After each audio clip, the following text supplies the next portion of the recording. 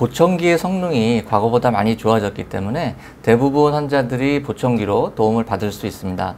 그러나 난청이 심하거나 특수한 형태의 난청인 경우에는 보청기로 청각 재활에 도움을 받을 수 없는 경우도 있습니다. 이러한 경우 이식형 청각기기를 이용해서 청각 재활에 많은 도움을 받을 수 있고 최근에는 이런 경우가 우리나라에서도 점점 더 증가하고 있습니다. 그래서 이 시간에는 수술을 이용해서 난청을 치료할 수 있는 방법인 이식형 청각기기에 대해서 알아보도록 하겠습니다. 자, 이식형 청각기기란 어떤 것을 말하는 건가요? 네, 이식형 청각기기는 일종의 이제 소리를 증폭해서 잘 듣게 해주는 기기인데, 네. 보청기는 바깥에만 이렇게 착용하는 거죠. 근데 이거는 내부 기기가 있어서 수술적인 방법으로 안에다가 심습니다. 네, 심어서 어떠한 방법으로든지 우리가 이제 청각 달팽이관을 자극해서 소리를 듣게끔 해주는 내부 기기가 있고, 바깥에 소리를 모으는 외부 기기가 있어서 이게 두 가지 기기로 이제 보통 작동을 합니다. 그래서 이렇게 수술적 방법으로 소리를 들을 수 있게 해주는 기기가 이식기기, 청각 이식기기라고 할 수 있습니다. 아, 보청기란 것이 그 음향 자극 자체를 증폭해서 고막에 전달을 해주는 것에 비해서 이식형 청각기기는 진동이라든가 전기 자극을 이소골이나 뇌에 직접 전달을 하는 그런 장치라고 말씀을 드릴 수 있겠습니다. 그러면 이러한 그 이식형 청각기기에는 어떤 종류가 있고 어떨 때 해당이 되는 건가요? 네, 이식 청각기기에 이제 세 종류가 있다고 이제 보면 될 것 같아요. 네. 그냥 이제 보청기는 정상적인 구조, 고막, 소리뼈, 달팽이에 가는 소리가 들어가는데, 네. 바깥에 스피커를 크게 넣어주는 거랑 똑같죠. 네. 근데 이제 이거는 이제 보이실지 모르겠는데 이렇게 이제 내부 기기와 외부 기기가 있습니다. 그래서 이제 요 귀 뒤에다가 이렇게 부착하면 이제 소리가 들어오는 거고요. 요 기기를 이제 이렇게 귀를 좀 째서 여기다 심습니다. 뒤에다 심으면 요 끝에 부분에 아주 조그만 부분이 있습니다. 여기 이제 소리뼈에다가 끼워가지고 소리를 전기적 신호를 바꿔서 여기다 보내주면 이 진동을 크게 하는 겁니다. 진동을 크게 해서 소리뼈의 진동을 크게 해서 들어주는 중위 임플란트, 중위 이식기기라는 게 있습니다.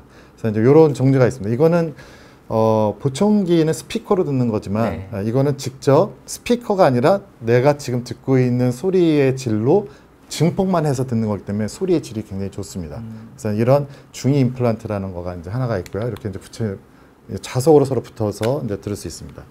또 한 가지는 이제 골도 이식 보청기라고 해서 우리가 이제 소리가 들어오면 고막을 통해서 듣지만 이거는 소리가 들어온 거를 머리뼈의 진동으로 직접 달팽이관을 자극합니다. 즉 고막이나 소리뼈를 거치지 않고 직접 머리뼈로 들을 수 있는 골도 이식 보청기라는 게 있습니다. 그래서 뭐 여러 종류가 있는데 요런 이제 핀 같은 것들을 여기다 박아서 바깥에서 붙여서 진동으로 듣는 것도 있고, 요런 봄브릿지라고 해서 요 기기를 심어서 역시 바깥에 외부 기기에 똑같습니다.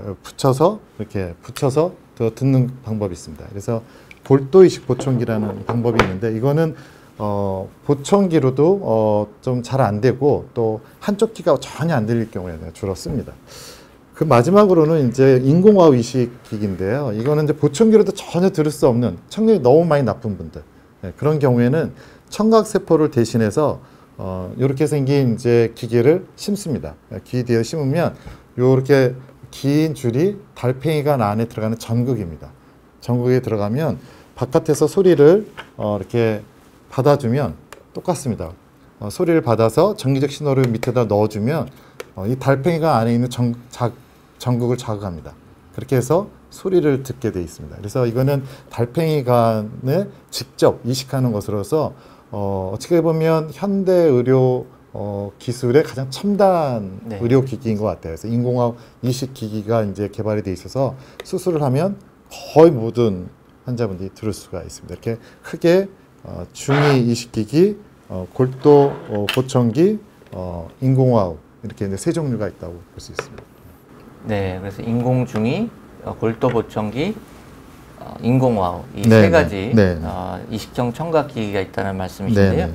그럼 예를 들어서 양쪽 귀가 선천적으로 폐쇄돼서 양쪽 웨이도 폐쇄증이 있다. 이런 경우에는 이 세 가지 기기 중에서 어떤 것을 사용할 수 있을까요?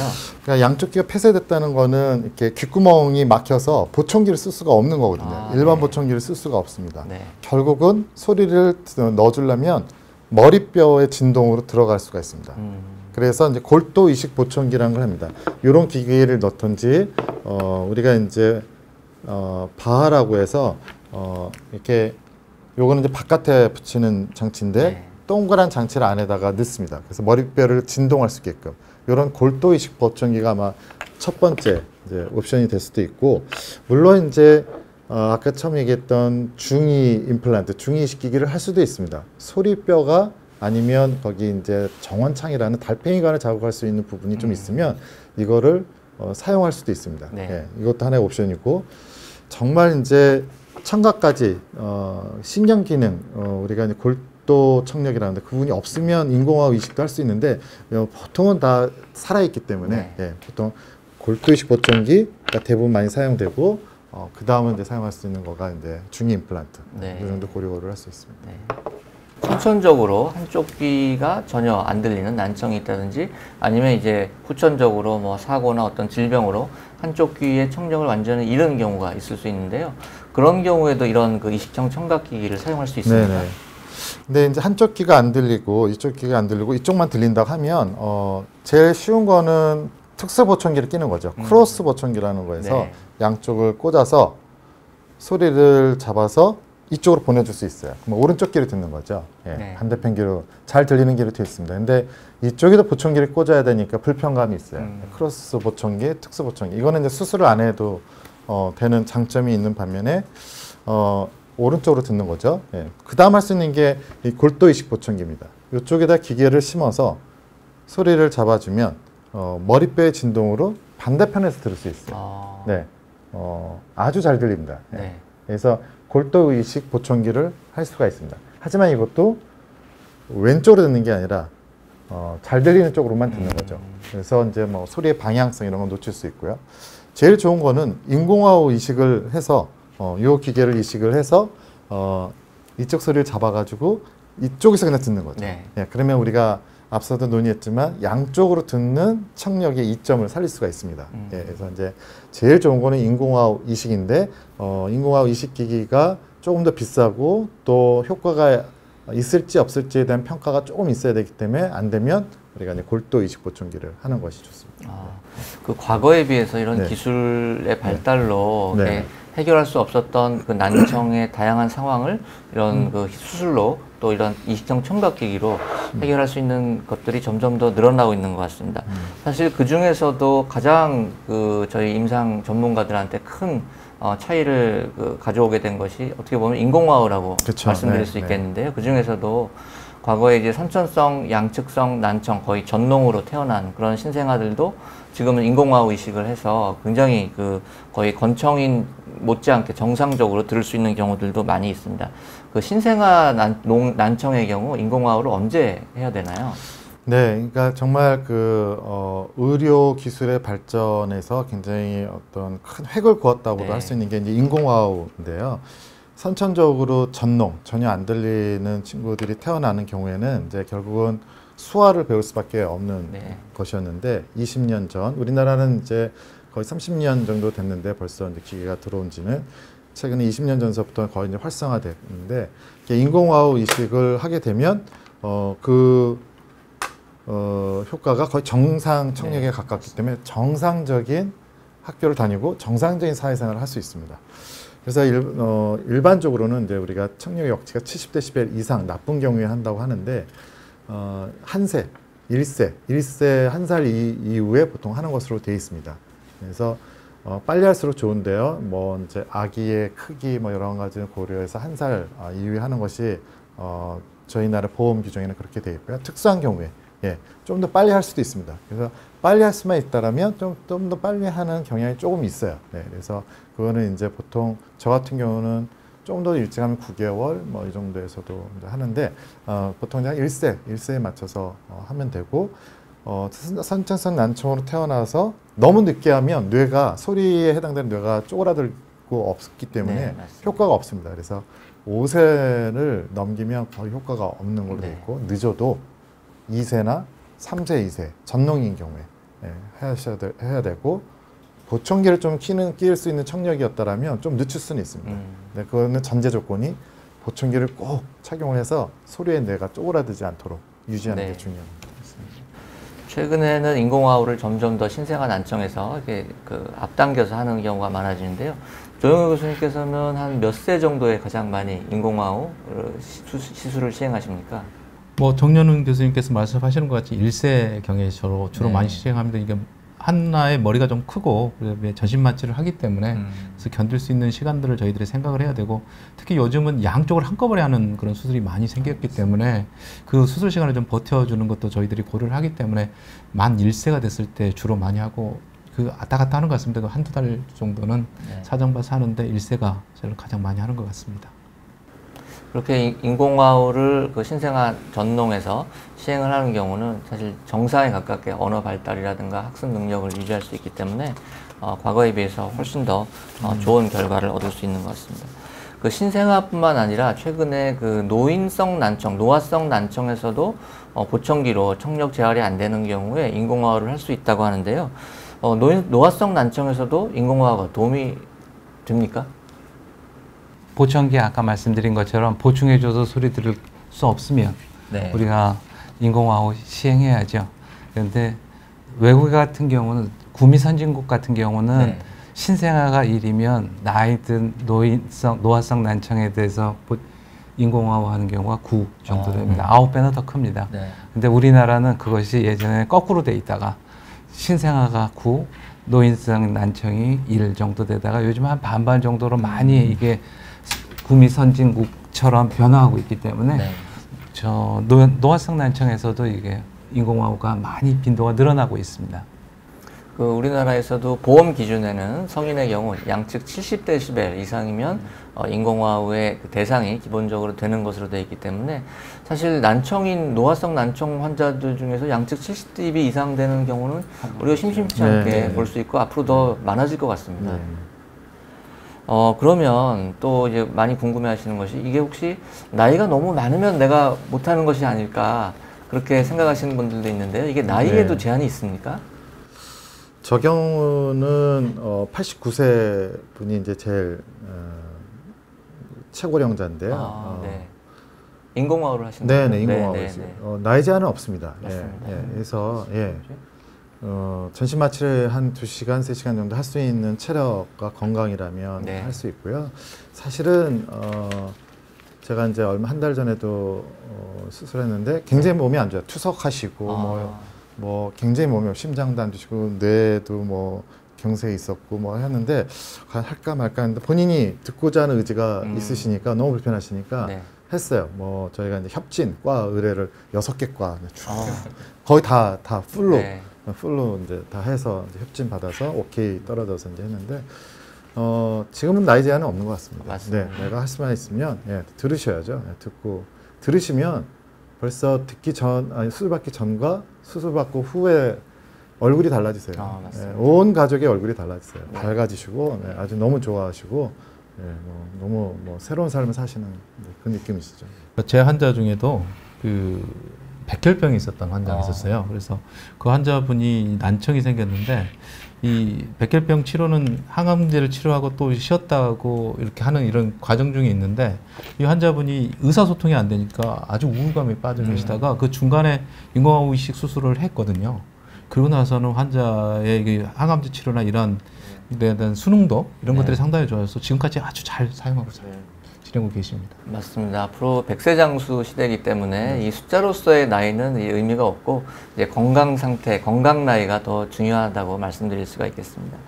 자, 많은 분들이 궁금해하시는 게 인공화호를 하면은 진짜 하자마자 정상인처럼 잘 들을 수 있는 건가 하고 이제 궁금해하시는데요. 이 인공화호를 하면 환자분들은 어떤 소리를 듣게 되는 걸까요? 인공화호를 직접 해보지는 못한 의사들 나이가 좀 들어서 들어보면 더 정확하게 표현해 드리겠지만 제가 이제 학생 수업 때 이렇게 인공화호 수술하신 분들 학생들을 데려와서 학생들한테 직접 이렇게 보여줍니다. 학생들의 첫 번째 질문이 그거예요. 어떻게 들리시냐고. 어떻게 들리냐. 기계 소리처럼 들리냐. 우리가 이제 TV 뭐 영화에서 나온 것처럼 뭐 뜨뜨뜨뜨 뭐 이런 근데 전혀 그렇지 않고요. 네. 예. 그냥 우리가 라이브로 듣는 거랑 뭐 이렇게 오디오를 뭘 통해서 듣는 정도 뭐 이런 정도 차이는 있을 수 있겠지만 차이를 못 느낀다고 합니다. 예, 그래서 거의 없고요. 또 요즘에는 이제 한쪽 청력이 나쁘신 분들도 인공호흡 수술을 하기 때문에 네. 예, 정상 청력과 인공호흡으로 듣는 청력을 비교할 수 있거든요. 스스로. 예, 불편하지 않습니다. 전혀 네. 차이를 잘 못 느끼시고 예, 그래서 잘 들으시기 때문에 큰 문제가 없습니다. 단지 이제 어른들은 인공호흡 수술을 하면 들었던 분이기 때문에 빨리 뭐 벌써 1, 2주 되면 잘 들린다고 하시는 분들이 있지만 아기들은 이제부터 소리에 접하는 거기 때문에 이제 태어난 거랑 똑같고 거기서부터 이제 훈련을 해야 되니까 1, 2년 가야지 이제 엄마 아빠 뭐 이렇게 한 1년 가면 엄마 아빠 하죠. 예, 그래서 이렇게 좀 듣는 기간이 더 필요합니다. 그러니까 난청 기간이 짧고 네. 조기에 네. 인공호흡을 할수록 더 정상에 가깝고 자연스러운 소리를 네. 들을 수 있다고 할 수 있겠습니다. 그 이식형 청각기기를 사용하기 위해서는 어쨌든 전신 마취 하에 뭐 수술을 해야 되는데 그 수술이 위험하지 않을까 걱정하는 경우도 많이 있습니다. 네, 네, 네. 어떤가요?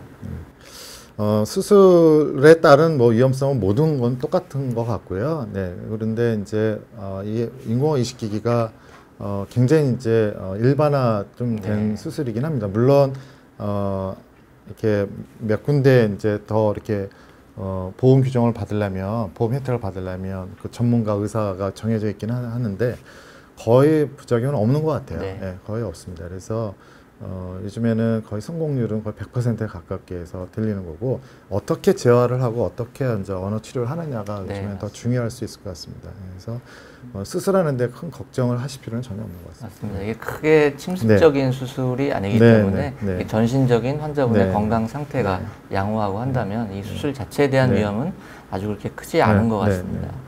그리고 또 걱정하시는 게 몸속에 어쨌든 저런 장치들을 이식을 하게 되는데 그렇게 되면 나중에 이 기계가 뭐 고장 나거나 문제를 일으키지 않을까 또 그런 걱정을 하시는 분들이 많으신데요. 네. 경험상 좀 어떻게 말씀드리시겠습니까?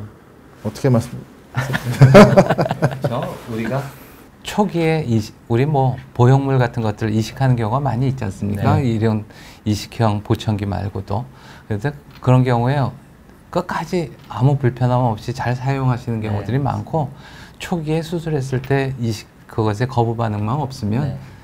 그것에 대해서는 뭐 영원히 그대로 바꿀 필요 없이 사용하실 수 있다. 그것 자체가 불편함을 호소하지 않습니다. 이렇게 생각하고 그렇게 설명드립니다. 지금 이 인공호흡 이식이 우리나라에 도입된 지가 벌써 한 30년이 넘었잖아요. 네. 근데 그때 당시에 수술했던 분들도 지금까지 잘 사용하고 계시니까 맞습니다. 그렇게 크게 걱정은 안 하셔도 되지 않을까 예. 그런 생각을 합니다. 네. 그러면 이 인공호흡 이식이나 뭐 그 골도 보청기 이런 것들은 한번 이식하면 그 영구적으로 사용할 수 있는 건가요? 뭐 영구적으로 사용할 수도 있는데요. 네. 이 내부 기기니까 수술한 거니까 뭐 굳이 뭐 일부러 막 뺄 필요는 없습니다. 물론 빼는 네. 게 어려운 게 전혀 아닙니다. 그냥 뺐다가 새로운 기계로 넣을 수 있습니다. 아주 쉽게 넣을 수 있어요.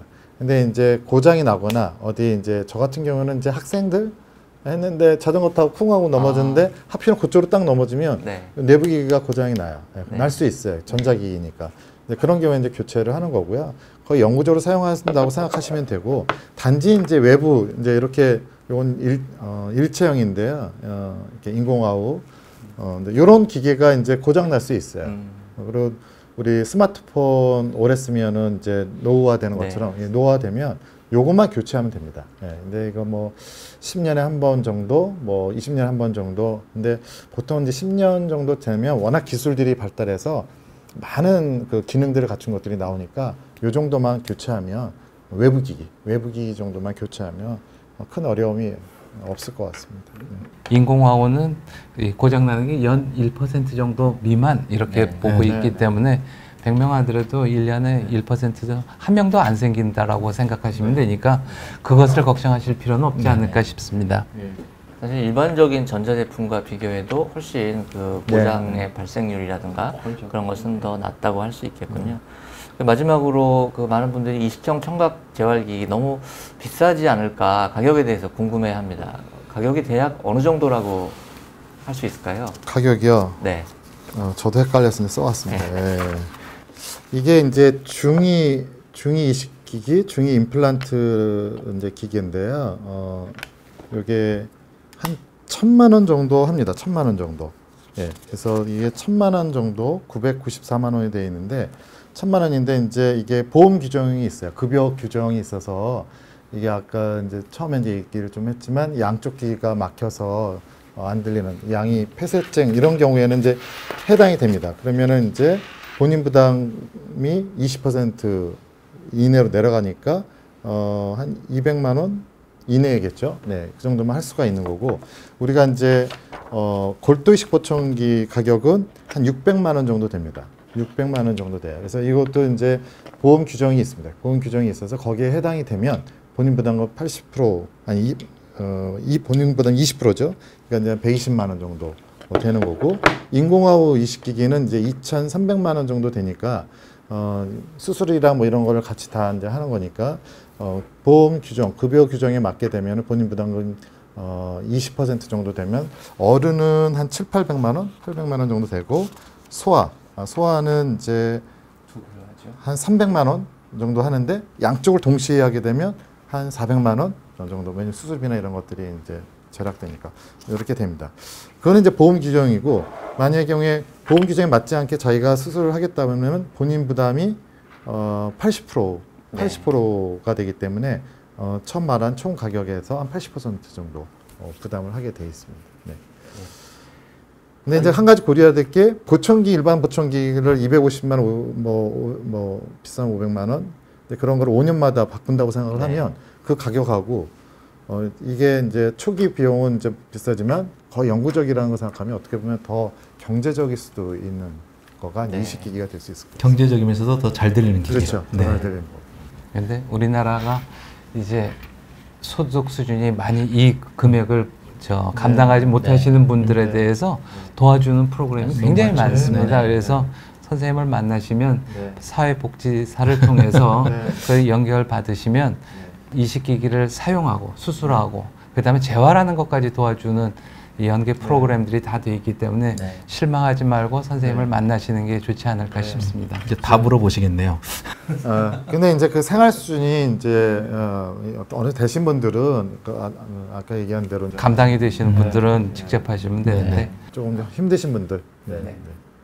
맞습니다. 이게 정부의 급여 기준 프로그램뿐만 아니고 여러 가지 또 뭐 공공재단이라든지 사회기관에서 또 어려운 분들에게 혜택을 드리기 위한 그런 프로그램들을 많이 운영을 하고 있습니다. 그리고 또 이 보험 급여 기준 자체도 과거에서부터 쭉 점점 확대되는 추세로 운영이 되고 있기 때문에 앞으로 조금 더 많은 분들이 이런 그 혜택을 볼 수 있지 않을까 생각을 합니다.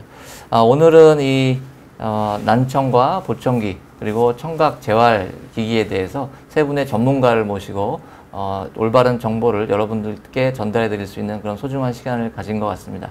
경청해 주셔서 감사합니다. 감사합니다. 네.